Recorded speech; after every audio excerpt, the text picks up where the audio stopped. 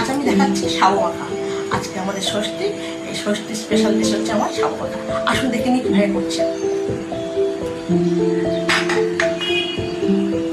প্রথমে দিচ্ছি নারকেল কোড়া, তারপর দিচ্ছি আমের পাল, তারপর দিচ্ছি কলা,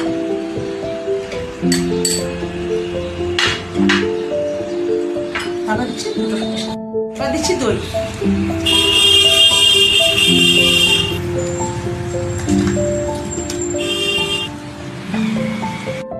রেডি হয়ে গেছে। এবার আমি একটু টেস্ট করে বলবো কেমন লাগছে খেতে আপনাদের।